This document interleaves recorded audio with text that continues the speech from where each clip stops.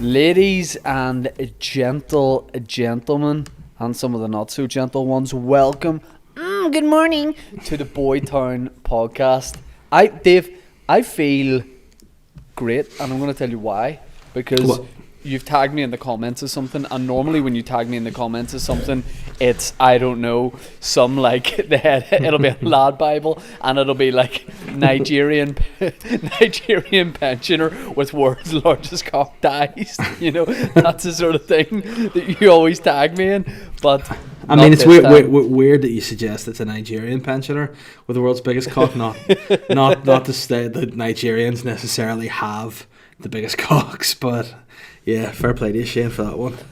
Well, are you trying to say there's some countries that, you know, naturally you would say wouldn't be in that Well, story? what I tend to think is, like, I don't know enough about different cocks of different countries. I feel like maybe that's something I should pitch as a show. Maybe we travel around the world and just look at different guys' cocks. I mean, and then imagine so I want you to pitch that. So I watched Quiz this week, which I want to talk to you about later, which is the Who Wants to Be a Millionaire thing. So I'm the head of ITV. Who Wants to Be a Millionaire is finished, obviously. We need something to get 19 million viewers again on prime time. Dave, hit me with your pitch, please. By the way, I've never met you before. I have no idea what this is about. Okay, well, first of all, nice to meet you. Thank you for taking the time out. Now get to it. Come on, time is money. Right, okay. It's called Cocks Around the World. So myself and my... So is it about, like, it's animals? It's No, cocks, it's... chickens, hens? You could rename it Worldwide Penises, Dicks Global, whatever you want to call it. Basically, we're myself Kathy, how and... did this man get into the... well... Okay, you know what, kid? Kid? Tell me more. It's myself and fellow comedian and close friend Shane Todd. We were going to travel around I've heard of him. different parts of the world. Like, I don't know, name a country. Mozambique. Go to Mozambique. Name another country.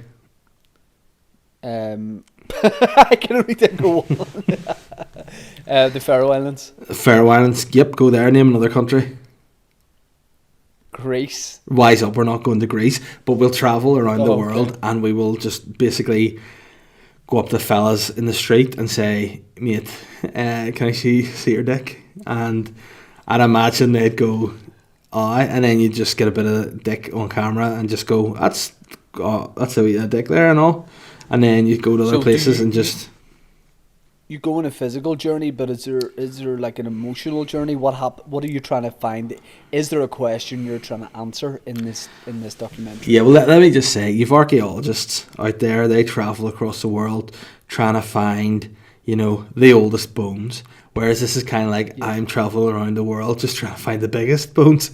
You know, that's kind of what I'm all about. I just want to find out where's the biggest dick in the world. And what can we do with it, Dave, when we find it? Yeah. We want to give you a 6-part series, but you and your friend Sean as well sound really... Right. No. You and your friend Sean sound really funny. I like what you guys do in Guy Town, but in Guy Village podcast. But we would want to replace you, but you can still be exec producer. Would that be okay? Because we have two other presenters in mind. Okay. Well, I mean, could Shane still be involved in the project, or is he also he's wiped from it, or is he maybe going to participate in it, representing Northern Ireland Cocks? We think he'd be a good contestant for this program. Nice. But no, we have two presenters in mind. We would like to have just before you explain that, is it because Shane's got the nickname Umbilical Cock because his cock looks like an umbilical cord, really like long and thin and translucent?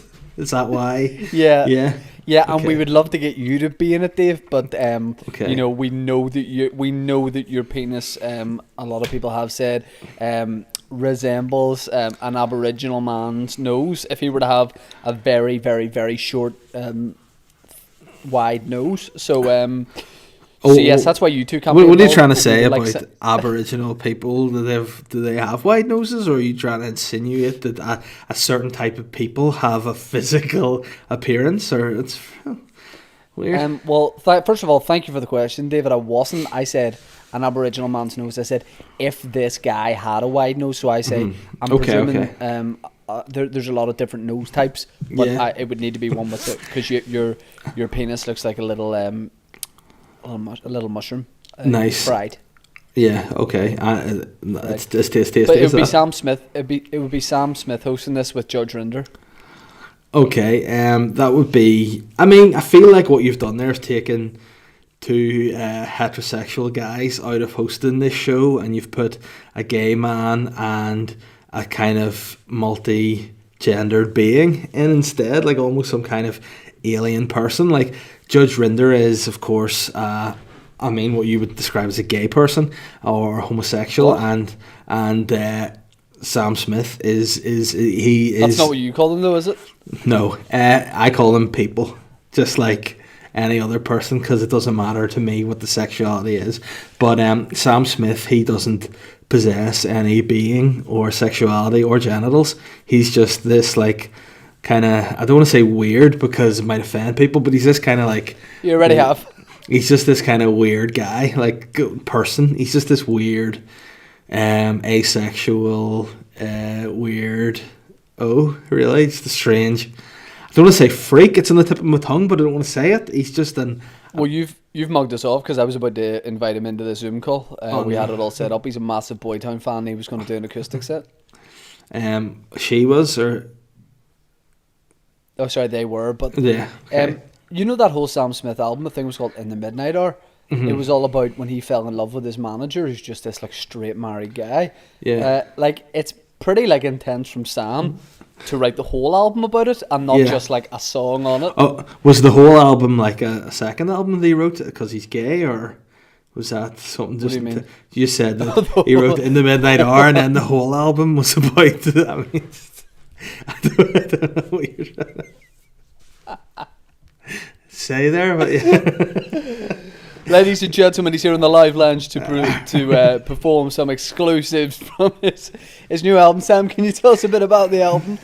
Well, it's called the whole album. Oh, as in the entire album, or no W.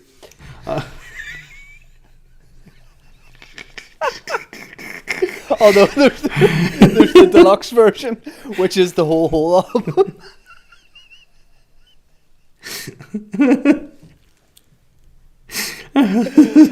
I mean that's immature, but it's funny.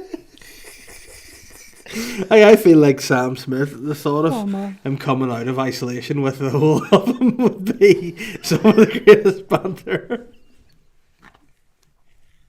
of all time. If he just came out, I was like, I've written this album in isolation. It's been what I've been thinking about the entire time.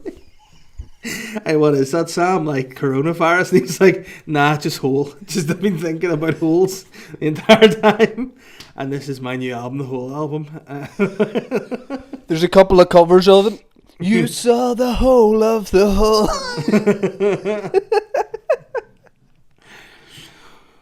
I mean, I'm excited about that. It's really enjoyable. Seeing the last couple of episodes that we've done on this over Zoom, I laugh so much that I get veins in my forehead, which I haven't really had. So I think that's a good sign that you and I are enjoying ourselves. But what's been nice is people's have seemed to be. It's as if China. It's as if Peoples. It's as if like people have been getting back on this train. Like for a while, the train left off all the passengers and didn't have many passengers. Whereas I feel like in isolation, the passengers are hopping back on board the Route to Boy train, which is the title song of his album. I mean, sorry. That's the first single. I want you to introduce him as Jules Holland. Introduce the track from the forthcoming album.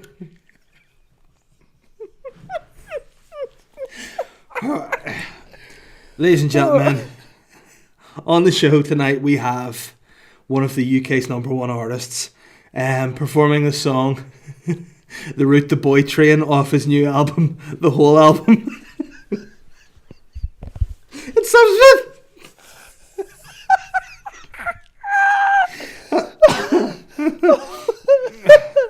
Choo choo. Chugga chugga chugga chugga chugga chugga chugga. Oh, I shouldn't do that. I just, the first lyric says, "What's that coming down the tracks?" Sam Smith. Oh, lying on his back. Oh well, the whole album must be something I want to hear. I mean, I want to say to our listeners, I know some of you guys out there are Photoshop wizards. Please, somebody whip up an album cover for Sam Smith, the whole album, and I enjoy it a lot. Oh man, really tickled me, that chat. So see what you were saying about the way some people got off the platform and stuff at the start of coronavirus. I think everybody was figuring out what their new normal is, what their sort of day-to-day is. But I think, you know, the way we're all weird, like every single person in the world is weird. Everyone weird in the world. As individuals, we're weird. Yeah, everyone has some weirdness. Like, you and I have weirdness that only you and I have. Yeah. You have weirdness with everybody in your life. Sometimes you do wee weird quirks. In lockdown, I think everybody is just... At the start, we were all like, oh no, I'm going to get too weird. But I think now we've all just accepted. Yeah. We're all weird people. So let's just be...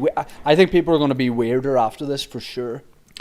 I mean, I watched a documentary. No, I don't talk about the porn I watch because, hey, like you were just saying, people are weird. Yeah, I've discovered that I like my porn like how I like my cheese. Really, I like an Irish mature, and that's just what I go for. And both of them taste so good, you know. But yeah, I feel like I watched this documentary. You know, J.K. Simmons. Sorry, one leaves you full, one leaves you empty. Yeah. Sorry, I'm getting a call. I'm getting a call from another number. Should I answer it in the pod? Yeah, answer it in the pod, and then if it's something business related, just hang up. In fact, don't.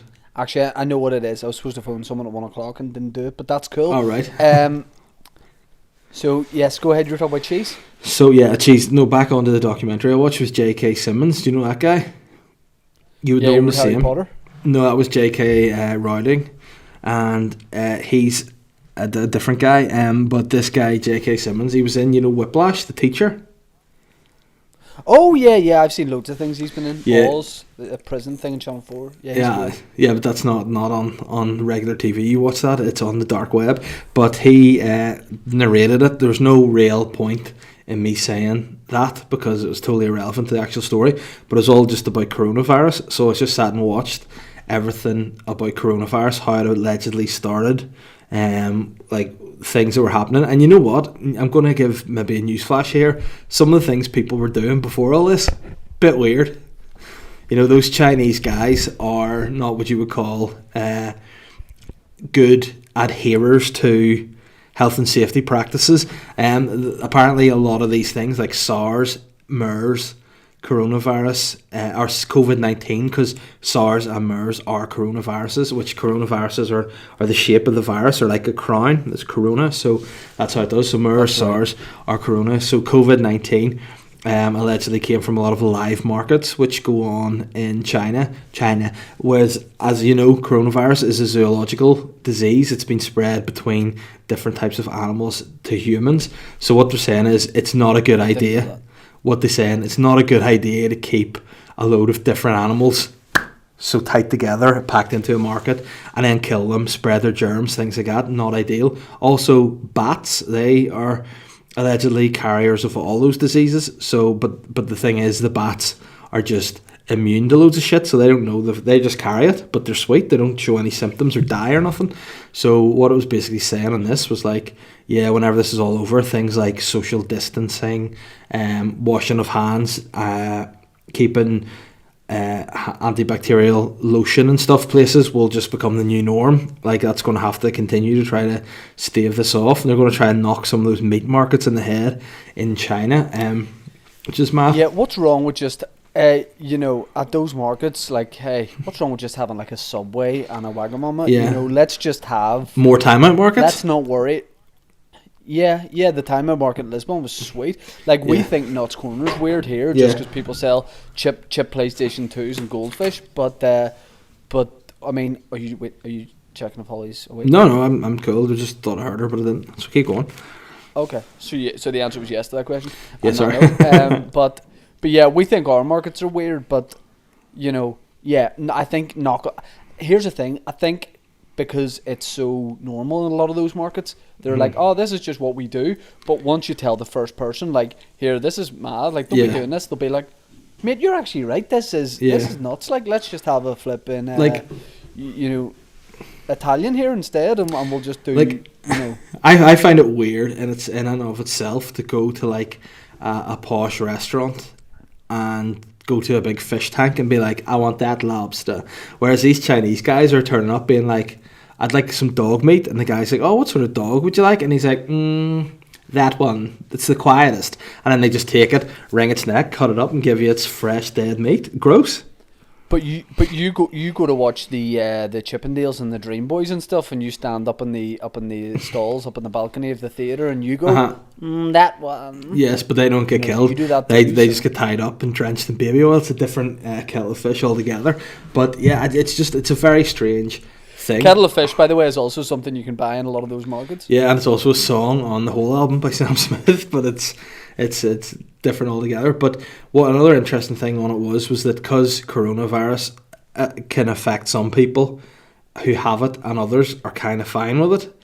It's kind of like said, like, say if you've got Ebola, you know you're sick. You're in a real bad way. If you've got Ebola, you're kind of fucked, and you stay inside because you're so sick. Then inevitably you die really quick. Whereas with this, you're kind of like just kind of spreading it, and it just goes around. So it looks like it's going to be, kicking about for a wee while yet, and also there's more coming apparently. So we need to like, they were showing these maps of like how in China, they just didn't shut anything down. They had all these meat markets. It spread to like 98% of the whole place, and then it was showing how whenever they knew China was kicking off, the next epicenter of the coronavirus was Italy, and then when rather than Italy going, oh fuck, China's in a bad way here, we should shut down and quarantine, they just kept going for another couple of weeks. Same with whenever Italy hit the shit, it went to America, and rather than them going, oh well, Italy shut down, we should shut down, they left it, and things like that just carried it on. So it's quite a scary thing. So are people saying we shut down at like a pretty good time?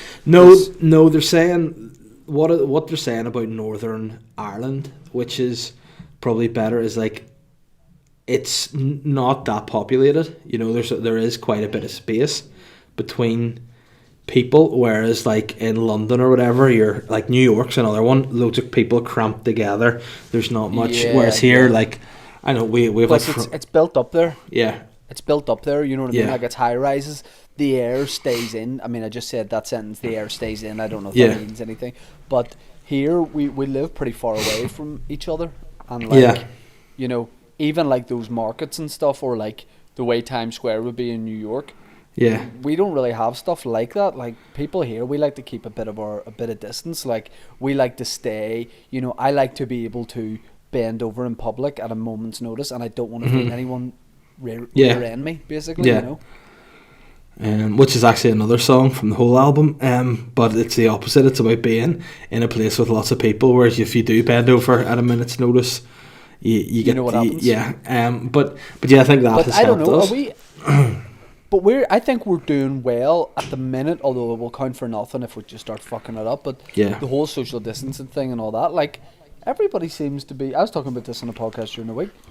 Think of the amount of headers we have in Northern Ireland. Those guys are like fully just full moonbeams, but they're just staying in. No, mate, not all of them. Some of them aren't. Did you see the video doing the rounds in the markets in Belfast of just lads with baseball bats and machetes? I think it was and Short cars. Strand. It was the markets, but people came from the Short Strand into the markets, and like I used to work in that particular area, and I'm aware of some of the families. And hey, let's just say characters for sure.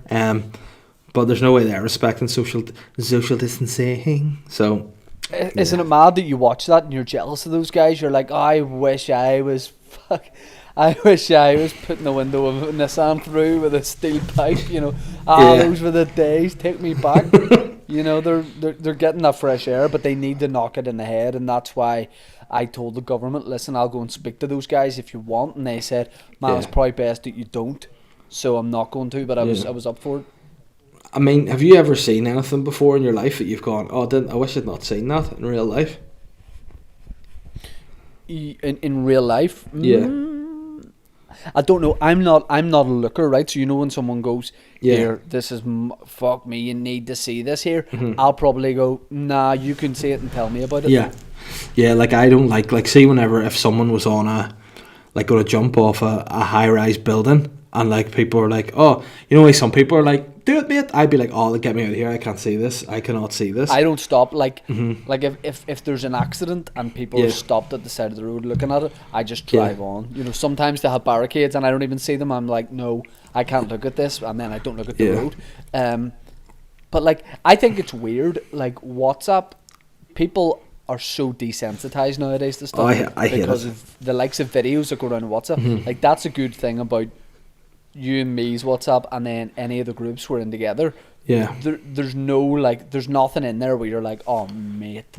But see that, I would say this. I would just, if I was an admin, this is how much of an old guy I am. I'd just take them out of the group. I don't have time for like people, you know, like being killed or being maimed or getting hurt. Yeah. I just don't want to see that shit. Everybody was into the like torture videos or like this, like people be like, oh yeah, did you see that video of the guy getting beheaded out in the Middle East? I'm like, no. And the guy go, oh, why not? And I go, I don't know, because I'm like fairly normal in some ways. Like, I remember there was a video going around. It was a guy when I was in school, so this is like probably the very early days, and it was on. He got into trouble on a school computer because he was like, check this out, and it was just a lad sitting there like, you know, and then someone just came at him. That's the way they all start. They're all like. Yeah, and then just out of nowhere, oh, this is not too bad. Out of nowhere, this guy just basically cut his head off the chainsaw. It was like, why did you show me that? You know, why? So, whenever I was about maybe 13 or so, I remember a couple of weeks ago. It's probably still going, this website, but I don't know if it does the same stuff. It was called E-Bombs World. And I had a couple of mates in school that were obsessed with it. So if you were at a sleepover at one of their houses, they'd be like, lads, come and see this. And I remember always like not looking at the screen because I was like, I'll think about this all day. I can't just look at this and then go play football. Yeah. And the one time I looked at one of these videos, by the way, it's not like they were showing porn. Yeah. They were showing fucked up stuff that I didn't want to see. And I remember the one time I looked, this guy, let's call him Andy, right? Because that was his name. Your mate or in the video? Look at this. My mate. Right. Yeah, at the time, he's not my mate now, but he goes, look at this. Not for this reason, we just fell out of touch. You know how these things go. Yeah. And he goes, look at this.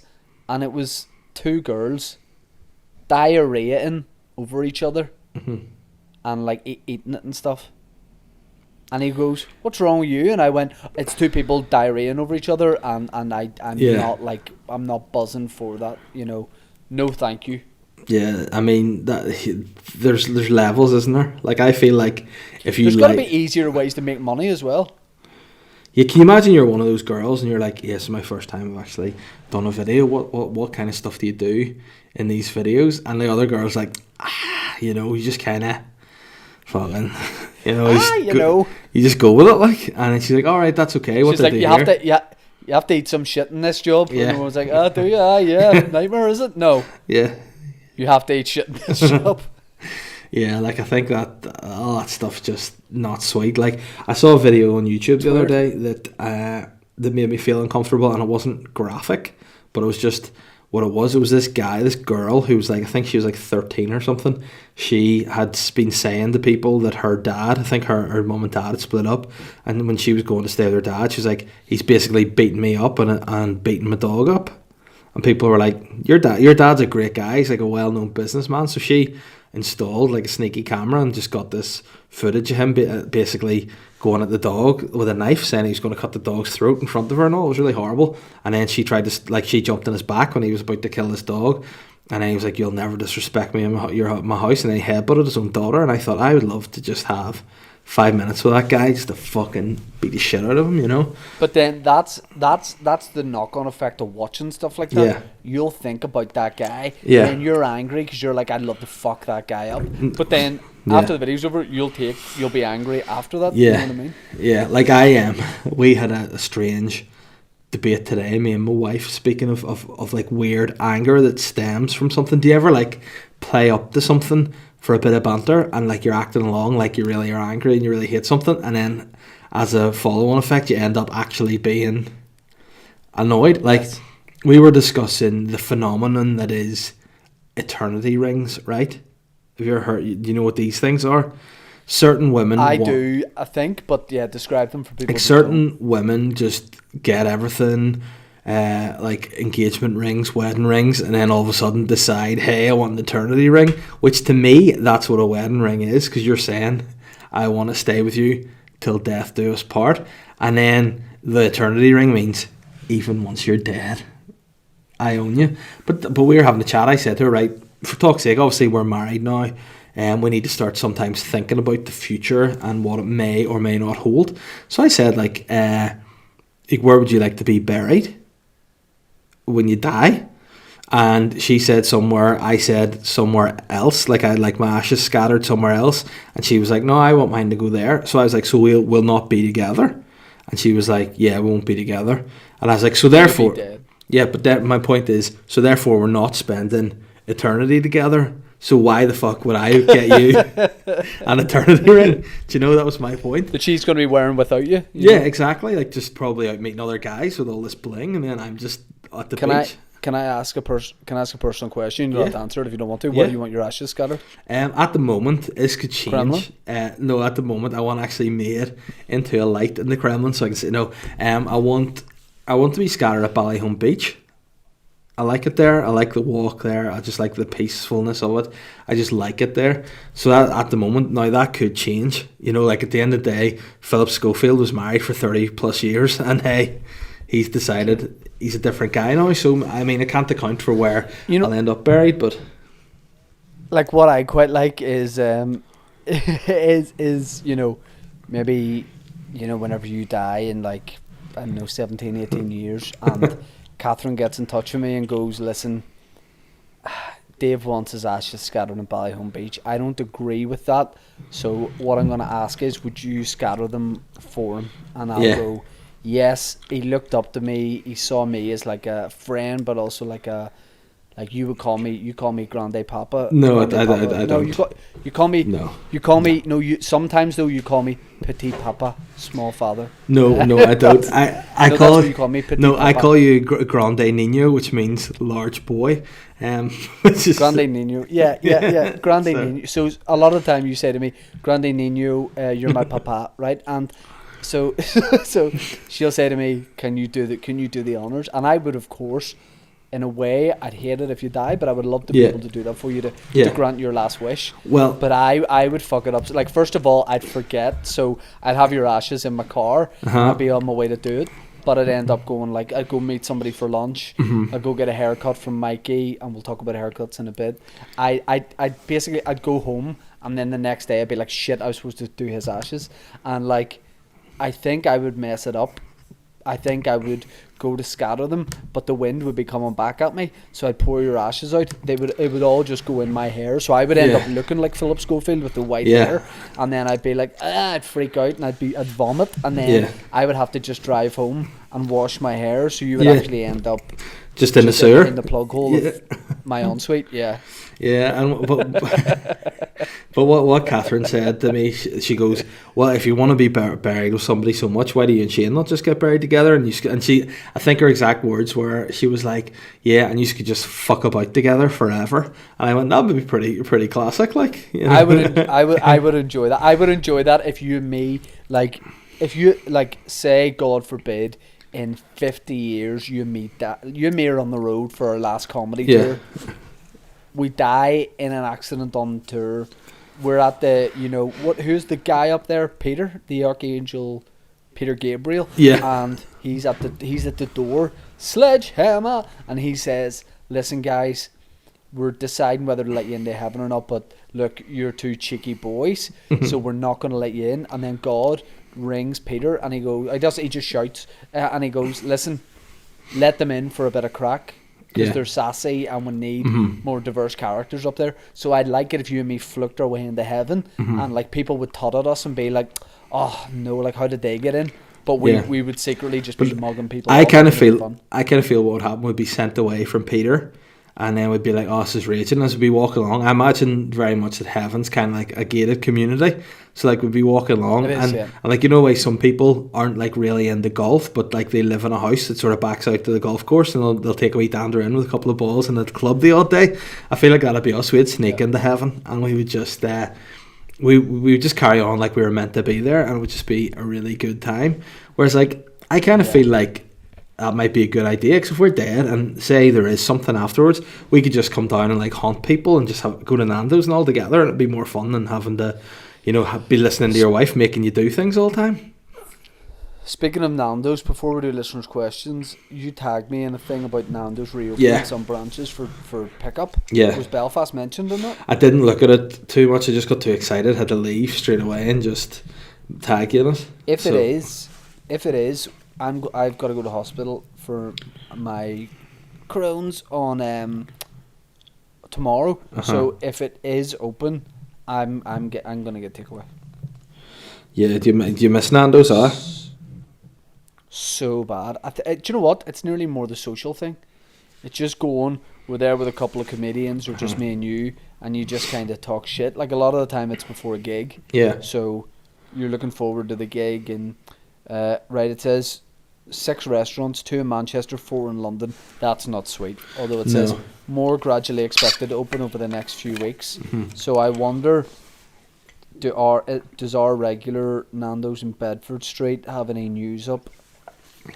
Because this would be great. But at the same time, if the government are like, look, you can only get food delivery, I'll be a good boy and I'll wait it out. I'll wait it out.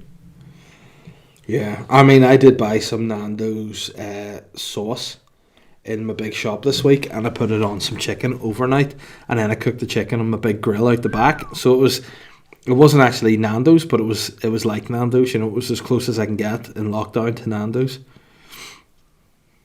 So they've said, nah, they haven't said anything. I'll find out. I've got a man on the inside. Let's talk, before we do listeners' questions, let's talk about bonces. Yeah. So my hair, here's the thing, I always go over to the right with my quiff. Yeah. Today I went over to the left.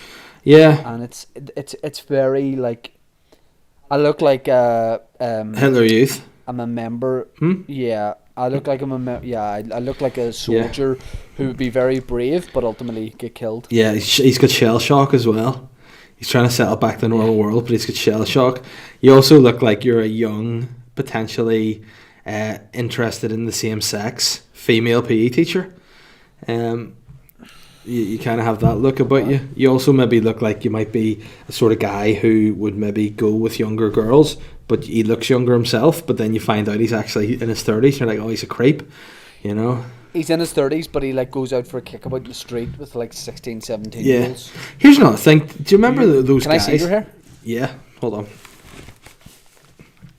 Shit. Oh, it's not sweet. Honestly, it's like a black hole, you know, like, which is the 4th song on Sam Smith's album. Yeah. No, not sweet. I mean, please shave it. Please. No, I'm growing it out. I've decided I'm sticking with it till lockdown's over, and I'm just rolling with the punches, like. Do you in your head think of yourself as a guy who needs to lob the hair off, or do you sometimes forget? Like, what's it like being like a bald guy? Like, do you look at yourself in the mirror sometimes and be like, oh, I'm sweet, and then no. You're like, oh fuck. No, this is kind of how I look at my hair. Like when I would wash it, dry it, and then I just look in the mirror and go, and then know that whoever's in public with me will be uncomfortable, and it makes me feel nice. See the way people say, "Oh, wash your hands and sing Happy Birthday." When you dry your hair, and when you dry your hair, like, are you able to get the birthday? Yeah. Because it's actually the hairs that are there, especially at the sides and the back, are thick. On top, not so much. Like, I spoke about this on my own podcast this week. I feel like my hair, in parts, isn't like at the back and sides. It's thick, it's luscious, it's great. On top, there's been a bit of deforestation up there. You know, let's just say some orangutans have been made homeless on the top of my head because of the deforestation. But Do you think it's like Barry Manilow, like fucking looks like shit now, but still singing Mandy? Yeah, I mean, I thought you were going to say too, just gay, because Barry Manilow has recently come out in the 70s as a gay dude, which is, I mean, obvious when you actually he's think. older than the 70s. Do you think? Right, what age is Barry Manilow? I'm going to say 76. I'm going to Google it here. I'm going to say 88. Barry Manilow's 88? Barry Manilow is old as fuck. He's 76, Barry. Mate. What a call. 76? Yeah. Oh, wow. You know what is actually quite... You know what's quite hilarious about Barry Manilow? Legitimately, that's what you look like when you're 76. Oh, hey, man. I look like that when I'm 46. Oh, Barry, what a guy. I'm going to get listeners' questions up from Twitter. Will you get them from Insta? Yes, hold on a wee second. Great. I just got... I just got, the email I was waiting on. You got it? Yes. Send me it.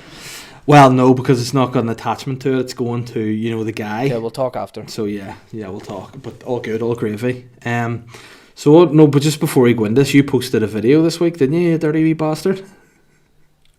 Of a previous Boytown dance-off and the phone call. It's some good Boytown content came out of you this week. Yep, so we did a dance-off in 2016 and 2017. Yeah. You know what's mental? The Great British Dance-Off. It's mental that it's 2020 and we haven't done a dance-off since 2017. I would not have bet on that. If it was me, I would have said it was 19 easy. I think we did an impression-off or a sing-off one year. Maybe like 2018. But we did a dance-off and... You won the first one. You won 2016. Yeah, well, listen, 2017. I give you that. However, you called it quite early, and you won by like 3%. But when it actually finished, it was 50-50. So that's fair enough. Look, that's okay. You know what happened. I know what happened. No. But yeah, we will do another dance off, a quarantine dance off. We're going to do a quarantine Boytown lockdown dance-off. Uh-huh. I don't know why we called it the Great British Dance-Off. I think it's because the Great British Bake-Off came out like the week we did that. Let's just call it the Boytown Dance-Off. That'd be a lot easier. Man. There'd be some guy... Sorry, look at this. See when I flip my hat backwards, it just looks like a cardinal. A really sweet, thick black hair. But it don't. No, it doesn't. You look like a cardinal. I'm like Jesper Parnevik, the golfer. What about that? More like Jesper fucking... Nosh the dick. But, weird. But yes, we're going to do another dance off, so send us in your suggestions for what you would like the boys to dance to, and we'll do like 4 or 5 each, and the best man wins. And we can do a sing off too. What we want is we've said this before, we want to make Boytown great again. We want to engage with the citizens of Boytown. Message us on Instagram to the Boytown account, because we have access to it, Snake Rat Ben has access to it, so your suggestions will come into fruition if you send them in. Do you want to sing off? Do you want to dance off? Do you want us to, I don't know, just like do a Bonce thoughts on Patreon maybe? Something, I don't know, what you're keen on. Let us know, because I think next week we'll throw a Bonce thoughts in next week, because it's been a couple of weeks and I feel like we're deep into the quarantine now. So, but I feel like this podcast and last week's podcast has just been, as an old friend of ours would say, hot shit. So we just need to keep flowing with it and enjoy it. Red hot shit. Yeah, and not like in a bad way, in a good way, that hot shit. Yeah. Got some questions. First one is from G, who says, hello, the cockdown duo. More a question for you, Uncle Dave. Oh, wow. How are the new slippers working out? Would you recommend them for a quick bit of outside activities, like picking a weed out? Hey, we got the slippers delivered a few weeks ago, and hey, I've got them on me. Here they are. As you can see, they've got nice soft memory foam. You can actually see the shape of my foot is in there. They're very soft, they're warm, they're cozy, but also on the bottom, you see a hard sole. Grip. So that's so as I can go out, have a look at the gardens, water my petunias, and then also be comfortable inside. Would you wear those for stand-up? I was actually thinking about my like next hour just wearing slippers. Have I told you I think I've got the name for my next show? I figured out in my head. I'm going to call it Pillow Talk, and it's just going to be based around some stories that you have in bed with like your partner that are just in a normal scenario very weird. Like, I don't know if I mentioned it in the podcast or told you before, we had a conversation, like a legit back and forward, where neither myself or my wife Catherine thought at any stage this is a weird conversation until we spoke about it the next day, and we're like, if anyone heard this, like, we were lying in bed and she just like had her hand on my back. And obviously, as you know, I've a bit of back hair. I'm a man's man. I'm a hairy man. I've hair everywhere. Baby got back hair. Yeah, I've hair everywhere you don't want hair, and then no hair where you do want it, right? So she just stroking my back hair, and she was like, "Oh, it's really, really nice and soft. Do you condition that?" And rather than me just go, "Don't be stupid, obviously I don't condition my back hair," I was like, "Oh, not intentionally, but I do condition my hair, and then obviously when the water runs down, I'm sure like some of it gets onto my back, so without me realising, it must just get." And she's like, "Yeah, it is nice and soft." And then she'd be like, "Because if you looked at you, you'd assume your back hair would be quite like coarse, but it's nice and soft." Bristly, yeah. I'd be like, "Yeah," and again I was like, "Yeah, you probably like, I probably look like it would be like a wild boar's hair when really it's kind of like a wee puppy's." And she's like, "Yeah, it is like a wee puppy's hair. It's nice." And then like that conversation carried on, and then it just ended, and neither of the two of us went, "That's really weird." So it's just, I'm going to probably base there's a few other tales and leads into things. So I think that's what I'm working off the minute, pillow talk. So, and then I'm going to have Zayn Malik sing me on and off stage as well, which will be pretty dope. Oh, speaking of something, and One Direction, I meant to send you this. It's a really weird doctored image that I'm going to try and show you in the podcast to get your reaction to. I just saw it on Twitter, and I don't know how I came to find it, but I thought, I better send this to Shane. Do a bit of talking there till I find it. I'm trying to remember how long ago it was. Right, well, while you do that, I will answer the next question. It's from Luther Valentine, Irish pro wrestler, nice, who says, reckon Vince McMahon would eat a sausage roll? First of all, Luther Valentine seems like a pretty big guy in the Irish wrestling scene. He wrestles for Irish pro wrestler Luther Valentine. I like, and his username is Big Bad Luther, which I like because that Luther Valentine is a good wrestling name. I think he sounds like he might be a bad guy, and I like bad guys in wrestling. Do I reckon? Yeah, Dave, you've sent me an image of Harry Styles with both nipples pierced and a chain going between. There's no way he had that whenever he was like 17 there. Yeah. He has it now, but not then. Luther, I reckon Vince... No, I don't. I think back in the day, a young Vince McMahon would definitely eat a sausage roll. Now, I think Vince is into his clean eating. I think he trains hard. I mean, definitely, like, he has a hand with his training, obviously, because he's 98 and absolutely jacked. But absolutely Jack Ryder.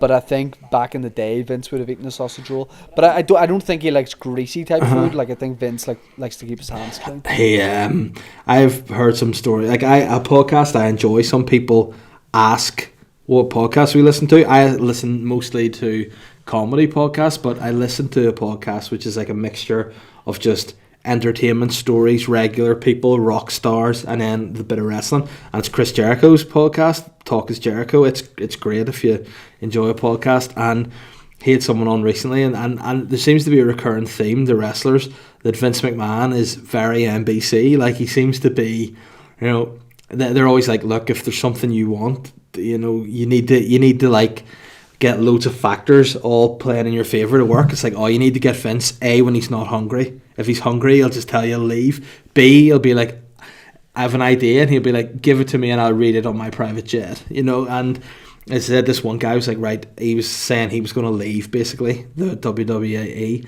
and unless Vince went with this idea, and he built it up because Vince is quite an intimidating guy, and he's like, I'm really going to go into it. And apparently one of like Vince's wee helpers went up to him and he goes, it's okay, he's just had his dinner, he should be alright to get in and get there when he's settled.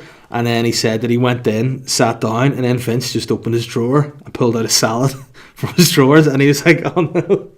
And Vince just started eating salad, and apparently just never read anything that the guy had pitched to him, and he just ended up leaving. But he was like, yeah, Vince has to be hungry, he needs to be well fed, he needs to be rested, he needs to and that's me. It's just very and it was enjoyable. But I think Vince would be a an interesting guy to kind of work for. I think he'd be a bit of a character. Okay, send us or give us the Instagram questions. Instagram. You know what? I just want to say thank you to everybody that is replying to these questions, because there's decent amounts coming in. Because to be fair, like with this quarantine, I sometimes lose track of what time or what day it is, and forget to put the call for questions up until like last minute. And then when you reply, it's great.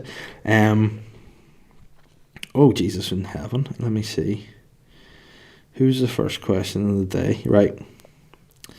Kane Lavery has said, "Hola, cumlords. Was watching old episodes of the podcast and was wondering if after the lockdown, NBC and Papa Bear would make a super cum movie review show, watching with wine, where you guys drink a bottle of red wine and watch super cum films, but you never get special. You can ever get special guests like a Buck Boy and CR7 Junior to make appearances." I think that's one of those ones where like it's difficult enough for us to organise going out for a drink. So the idea of organising like a totally new show and having drinks involved would be difficult. But I think we could. And also, there's a couple of wee monkeys coming along in a few months that are going to make life difficult for us. Here, will you see this? Actually, what's he got? Look, I wasn't able to go, but we went for a wee scan yesterday, and there's my new wee monkey growing along nicely. Yeah. How devastating is it not to be allowed? Oh, it's so shit. Like I do feel sorry, more so for you probably, than myself, because it's your first time seeing it all. Whereas like I feel bad that I'm not there to like hold Catherine's hand or, you know, be supportive. If I mean, obviously you're getting the best treatment and all that stuff, but just if on the off chance something mightn't be right and you're not there, you know, you just would feel so shit. But thankfully, I don't know if you can hear this. It sounds like there's a pigeon landed on my chimney, and which is also the 7th song on the whole album. But it's just in case you hear some toot, that's what that is. But yeah, it's weird having that. But we only sort of felt yesterday that, you know, the excitement of like having number 2. It's kind of like, oh, I've already got one, it's sweet. Whereas, have you told Holly? Yeah, Holly kind of quite doesn't understand, but sometimes understands. Like she'll like kiss Catherine's tummy and say "night night baby" and stuff at the night time. But fucking hell! Yeah. Honestly, I'm a emotional with it. Normally day to day stuff, I'm not emotional at all. But in terms of anything to do with like family or babies or anything like that, I'm a fucking mess. Hey, and you're. I think if I saw Holly do that, I'm gone. Hey, but you're gonna get worse. See once. Because like see now, like if I watch anything with kids or family and I associate it, you automatically, the natural thing is to associate it with your own. So if something happens to a kid, I imagine that's Holly, and then I cry. I'm just like, I watched the first couple episodes of the new series of Afterlife there, cried about 4 times. Just imagine it being, you know, your own wife, or it's just really, really got me, like.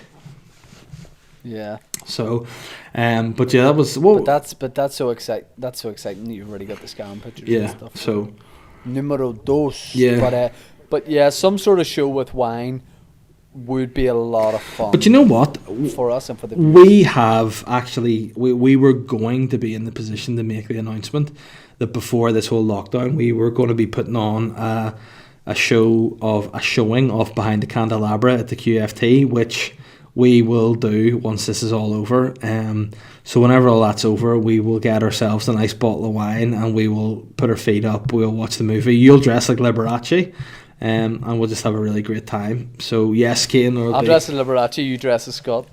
Deal, right? Do you want like Scott out of the swimming pool, Scott?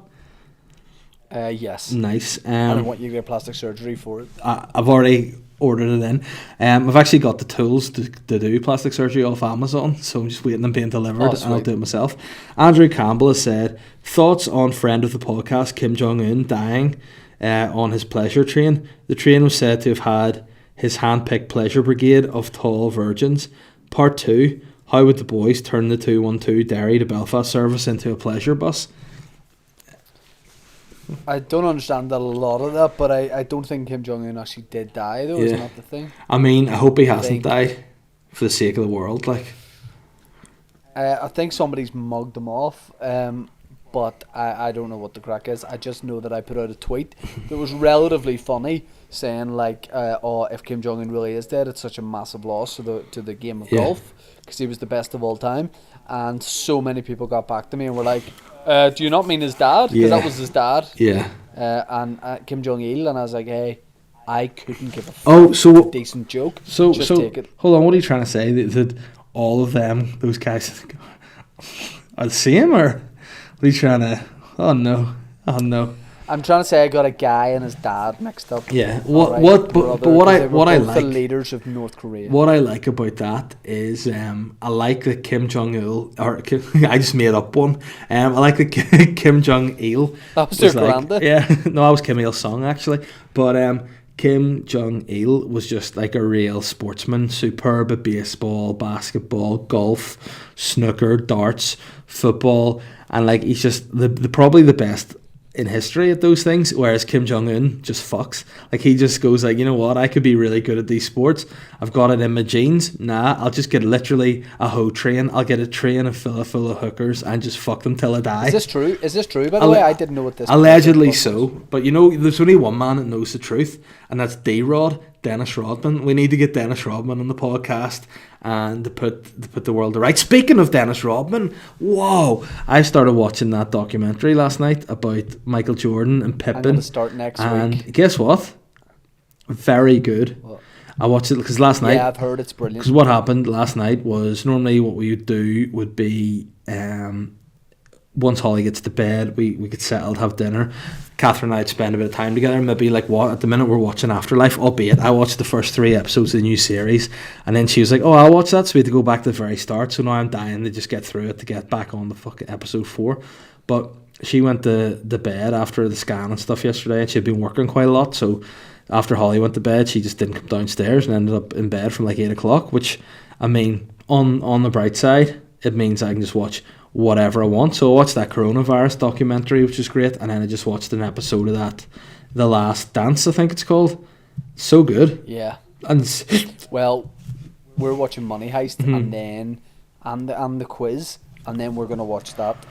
But I'm buzzing for that. I love basketball. Yeah. Like I like basketball. I liked it more when I was a kid. I don't know a lot about it now. See your man. But yeah, I think that'll like be great. I like successful people. I like their coach Phil Jackson wins 5 rings with the Chicago Bulls, then goes to the Lakers and wins 6. What? Must be the most successful coach in the history of the world, near enough, with that sort of win ratio. Is he like the Sir Alex of basketball? I would say yeah. Yeah, and he has a book called 11 Rings, which, believe it or not, is song number 8 on the whole album. But it's a book that I'm going to order and read because it's just about how to be successful. And I feel like to be successful in a field, you can sort of transfer it. Yeah, it's sport and coaching basketball, but you could take some wee snippets and put it into your own life and try to get a bit better. So I'm going to order that because I thought he was a great guy. But, I mean, this is somebody who I don't feel like we've talked about much on the podcast, who's what I would describe as very Boytown, and that's Dennis Rodman. He's a guy who, which, believe it or not, song number 9 in the album is called Rodman, which is great. Comma. Yeah. So yeah, he's a very what's weird is he was bespoke guy. He's very bespoke. He's very much into cross dressing, but an entirely heterosexual man, loves to have sex with all the women, but also likes to dress like a woman, kind of like that guy. Is it Eddie Lazard, the comedian? Edward Lazard. Yeah. Edward Lazard, yeah. So I'd like to see it. I like a guy that dresses like a woman. It's just like, are you gay? And he's like, nah, I just like to dress like this. I like that in a person. How many? Isn't that show out every week? So it's not like all episodes at once? Oh, I don't know. I hope not, because I want to watch another episode tonight when she goes to bed. I know, I think it's been on for a couple of weeks, but if someone told me it comes out every week. Anyway, what other questions we got there, brother? Yeah, well, I'll tell you what, let me just check what we're like for time, because I feel like this has been another dope-ass podcast. Yeah, it has. We're sweet. Let me see. Chloe has said, hello, boys. Iceland brought out some ice cream lollies of childhood sweets, fruit salad, dib-dab, etc., blackjack. What's your opinion on blackjack, as this seemed to always be a sweeties not touched by anyone in the house? I actually like blackjacks. So did I. Believe it or not, I don't think I'd had a whole packet, but if I couldn't you buy blackjacks and was it tutti frutti? Fruit salads, yeah. Fruit salads together, that was good. Believe it or not, song number 11 on the whole album is called Blackjack and Fruit Salad. Which I'd love to hear that. But yeah, I used to love blackjacks. I think there's part of that when you're a kid. Good. You like getting your sweets that turn your whole mouth a different colour. Like, I think that's, as a child, you love it. Like, I always, like, you know why people are always like, would ask you doing interviews and stuff about comedy, or where did you start, or where did you like being, like, what are your earliest memories of being funny? And you know, it was always a go-to move of mine. Was like, if I'm eating chocolate, melt it around my teeth and then go here and then smile with just brown teeth. That was always 10 out of 10 funny to me. And blackjacks were the same. There's nothing better. So yeah, I always like to do that with blackjacks and lovely black teeth. And I remember once I went to my granny and I went, look, I'm you, and smiled with black teeth, and she was so angry. Because my granny is the number one most vain person that's ever lived. Like, she would always, like, see, anytime she left the house, immaculate. Like, she would always be, more so than me.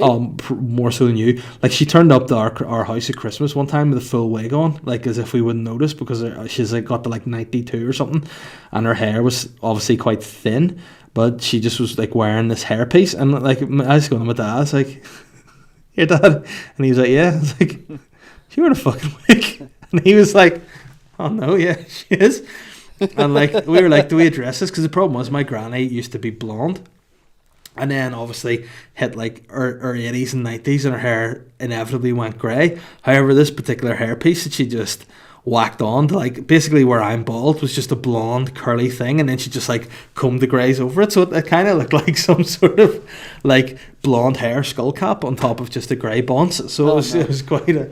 And then another thing she wore that particular year, Christmas, really weird, was like, you know, a tie but with elastic band around it. So it was like a wee small tie, and we were kind of like, why is she wearing that? Like, it makes no sense, but I think, hey, yeah. I hope I'm not speaking out of turn, but for someone who, as you described, would only leave the house immaculate, this kind of sounds like a fucking shitty look. Hey, listen, I think once she hit her 90s, her bonds went, and then this is just the look that she went for.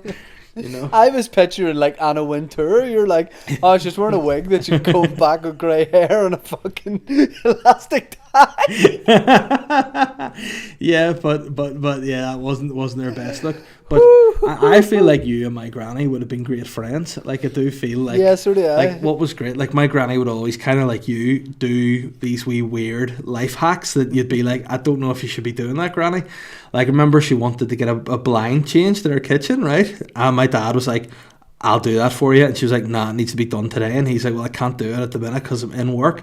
And he was like, I'll call around when I'm on my way home from work and I'll switch the blind. So my granny was like, oh no, I'll do it. So rather than like wait till he came to get a ladder or whatever, my granny just got one of her like chairs from the kitchen, got up in the chair, and like in her 90s at this stage, trying to change the blind, couldn't reach the blind, lost her balance.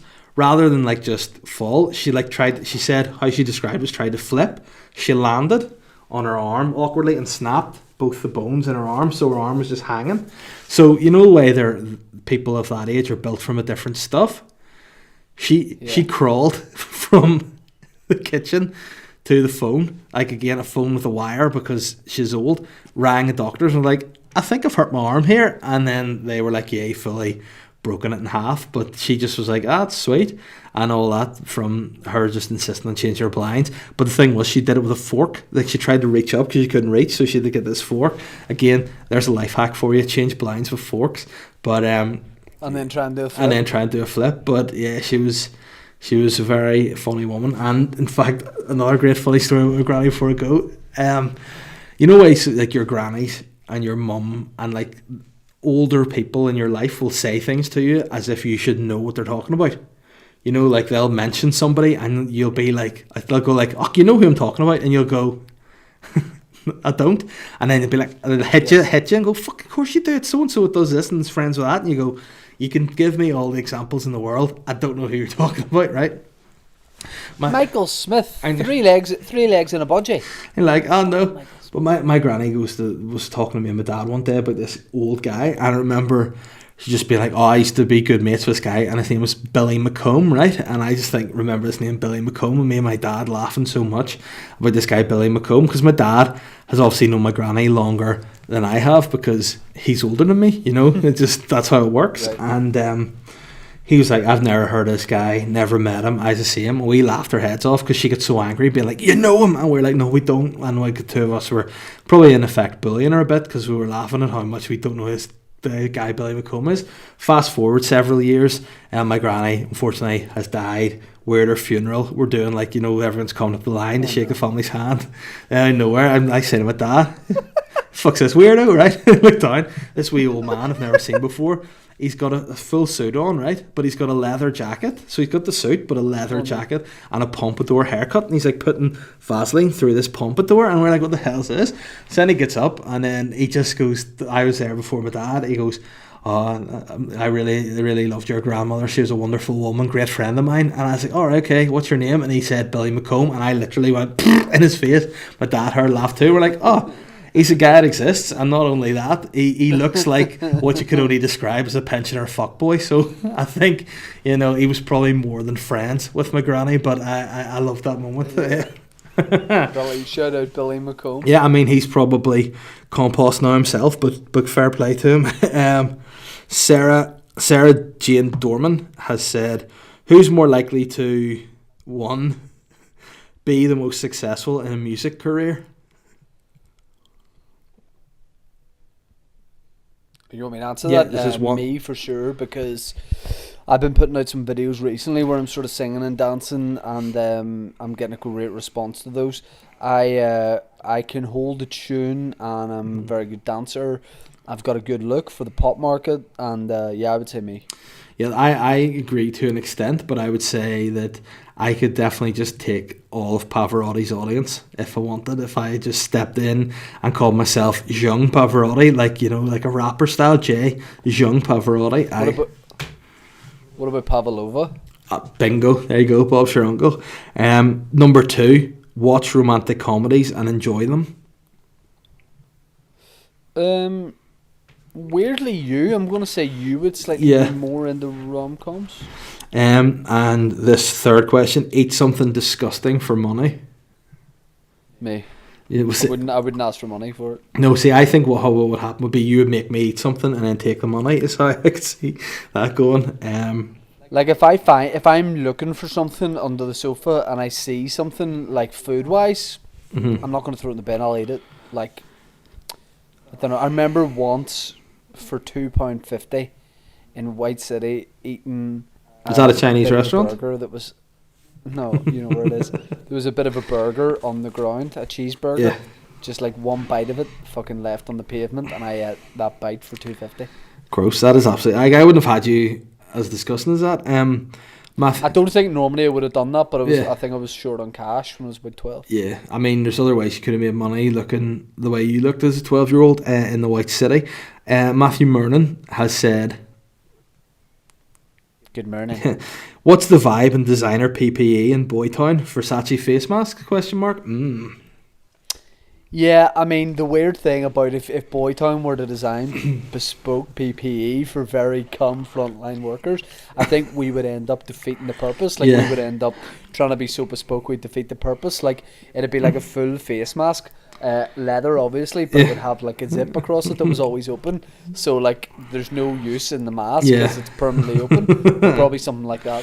Yeah, and also we would just have open leather long trench coats. Rubber, not leather, and stilettos. So it wouldn't really work too well, I don't think.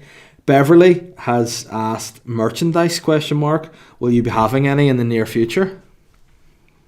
Yes, that's one that we actually met our man Roscoe about that before. Yeah, what are these fellas looking for? But before the whole lockdown thing happened, about doing some merch, Boytown merch for a podcast, tour merch, all that kind of thing. So yes, that will happen. But there is merch currently still going on our Facebook page. So if you want to go over to the Facebook page, right. Boytown Podcast, you can get existing merch there. Some of it's very sexy. Owen Kelly. And the good thing about that is, the good thing about that is, if you see something you like there, get it, because once we get the new merch in, all that stuff will be out. So if there's something you're like, I really want that, you can get original Boytown merch, which will be worth something in a few years. Owen Kelly said, Guten Tag, Kaisers have come. Do you ever get worried about the other UK celebrity bromances getting bigger than you? Let's say Eamon Holmes and Rylan Clark, they started a podcast. Do you think they could match you for creme fresh content? Did you say they started a podcast? No, he said if they started a podcast. Because I was going to say, I had Eamon on mine. We talked about Rylan. I would think I would be owed 33% of all their advertising. I think that'd be great. Eamon Holmes and Rylan. I think that'd be what about the actor Mark Rylance? Do you reckon he should with Rylan, go to Rylan and just call it Mark Rylan, and it would just be the two of them talking about acting and just being presenters and stuff? In terms of bromances, you're a big fan of Gordon Ramsay, Gino D'Acampo, and Fred from First Dates. That's the best. Do you think those boys can start show. A good pod? Yeah, I mean, what's so great about them is they're all great guys in different ways. Like Gordon Ramsay's just an annoying guy. Like, he's so overly self-confident. He's so competitive, but also kind of funny as well. Gino D'Acampo is just he's a hot-headed wee Italian banter merchant, and Fred Serex is just the coolest guy in the world. Like, sexy. There's nobody cooler than Fred, and the three of them on a road trip together is 10 out of 10 content. I love that show. Do you think they do a good pod? Oh, you wouldn't really get much out of it because they just fight the whole way through, but it'd be worth listening. You know, it'd be great. Do they fight in the series? Oh, 100%. Yeah, they fight loads. It's so great. Does Fred get involved? Yeah, sometimes Fred will just get a little bit annoyed at them. Because, have you seen the series? There's a thing where like Gordon's basically saying that he's the best driver, but yet the production team mug them all off because of this massive big like camper van truck thing that they drive about in, but none of them can drive it because it's too big. So it's like they'll have shots of them driving really bad, like bumping into road signs and stuff. It's really great. But they had this argument about who's the best driver, so then they decided to like do this like off-road race on these wee dune buggy type things, and Gino got into the lead but then hit a bump too hard and just went completely off the track and crashed into the truck. And like it was like you're watching it going, he could have legit died, and like Fred is there just like going like, why did you guys not finish the race and stuff? And Gino's getting really angry because he's like, I could have fucking died, and Gordon's going, and then like he's walking away just wanting a wee hug, and Gordon's like, Gino, why did you hit the truck? You know, it's just so great. And then Gino's just like, I'm fucking done with this show, I'm fucking done. And Fred's just like, alright, okay. It's just great. It's really really great. It's the best show ever. But yeah, and another show that I'm keen to watch is what's the game? So are we done for questions? No, two more. Ralph and Ricky's Great Northern Road Trip. You know, Ralph Little and Ricky Tomlinson, they're going on a road trip, and I'm going to watch that because I like those lads as well. Richard McClay said, Bon dia, cheeky chicos. What's the most creme fraiche quarantine outfit you've seen? I feel that's more of a you question. Well, I actually haven't seen anything that's caught my eye, but tomorrow, because I just wear tracksuits all day, sports gear on lockdown, but tomorrow to go get my infusion at hospital in Belfast, I'm going to put on jeans, I'm going to put on nice Converse, a nice t-shirt and aftershave. So that will be the best lockdown outfit so far that anybody's worn. Oh, there's this last question, and guess who it's from? The villain, Killian Gale? No, the Nasty Moors Club. My friends? Yeah. The Nasty Moors Club. We DM'd a little bit, me and the Nasty Did Moors you actually? Club. Yep. Oh, did you put them up to this, did you? Nope, swear to God. The Nasty Moors Club basically said, love the podcast, just hate Dave, basically, to me.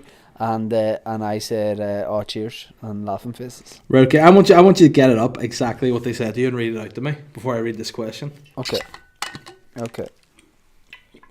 Nasty Moors Club. So this is a real beef that's brewing. Okay. Oh, I've said okay. I don't have the message up, but I will. Okay, we're about to go. Get it up there. Okay. The Nasty Moors Club mentioned me in a Instagram post in the story, and I did like basically being like, oh fuck this guy Dave, and I did loads of laughing emojis, and then the Nasty Moors Club wrote, huge fan, fuck Dave though. All right, okay. And I didn't respond to that. So what's been happening then? What's the question? What's the vibe? What's going on? Shane, why don't you ditch that clown? We all know you're the only funny one. Dave's just a shit Mickey Bartlett. There's way funnier people out there. I mean, I'll be honest, that's a lot more direct than I thought it was going to be. like I'll be honest, I thought the Nasty Moors Club and you was like a love-hate thing, and it was all good, but that's very specific and personal. I mean, So what's your take on that, Big Cat? How do you feel? My take is, they're strange. They're strange. I don't know what's behind it, who they are. I mean, you're saying they, but do you think it's maybe just one guy? Yeah, well, what I'm saying is that we're flipping sucking me off a few weeks ago when they wanted me to talk about their wee Moors Club on the podcast, and then they just, because I forget, because hey, guess what? There's other things in my mind than your little 35 follower Instagram account, so I just forgot about it and didn't bring it up.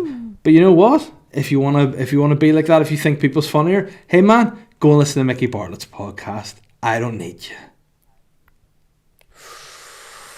But hey, I don't want to be dragged into this because listen, if the Nasty Moors Club again, they're getting the exposure they want. They're getting spoken about on one of the premium podcasts in the country. That's fine. I've said before, I'm a man. I'm a guy who I can take criticism, I can take opinions, that's their views, that's fine. But again, all it takes is for them to be the bigger man and come back to me and say, hey, I'm sorry I got it wrong. You give us a shout out in the podcast and now we've got this beef. So I want an apology from the Nasty Moor. And see if I don't get an apology. We're going to see how this develops. Yeah, we'll see how this develops. Yeah, fucking next week, I feel like next week this will come to a climax, and maybe Nasty Moors Club can sort of identify themselves, just so that we can put a more human aspect to this, because I want to work this out. Trolls, that's what they are. Lawnmower loving, garden hogging trolls, that's what they are. Sitting in their wee ponds in the garden with their wee elves. Or gnomes, whatever the fuck they're called in the garden. Those guys.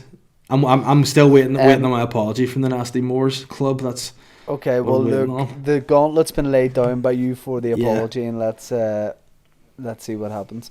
All right, that's it for this week's episode of the BTP, the Boytown Podcast. If you've enjoyed it half as much as we have, then that's great. Dave Elliott's Weird Podcast comes out every Monday. God bless you. Shane Todd's Tea With Me podcast comes out every Wednesday and Friday. Sip, sip. And also, you're doing a wee Patreon for the Boytown listeners this week at some point. You mugged me off. You have no idea how much you've mugged me off about this. Ben's like, come on, you do it before I can answer you. Yes, mate, I'll do it. No, I say I will try to. I'll try to. Ben's like, mate, can you do that? And you go, yes, mate, 100%. This week, can anyone do that? Here, can you do that Patreon there? Yeah, because it's your turn. I've done the last one. It's your turn. People want to hear from you. And you know what? The Nasty Moors Club probably subscribe to Patreon because they're wee beta weirdos and they don't want to hear from me. Well, they'd rather hear from Mickey Bartlett. Maybe I'll do the Boytown Patreon with my man Mickey Bartlett. Maybe that's what we're going to do. And tell you what, Mickey Bartlett's never mown a fucking lawn in his life. So you may pick your battles wisely, my friends. And look, the only thing he has mowed is his entire body hair and he fucked that up. So Lil Moors Club... Fuck you. What a lovely note to end the podcast on. We'll see you next week. And there will be a Patreon episode out before the next episode. I'll do it over the weekend. All right. Take care. All right, we're out. Bye. Bye.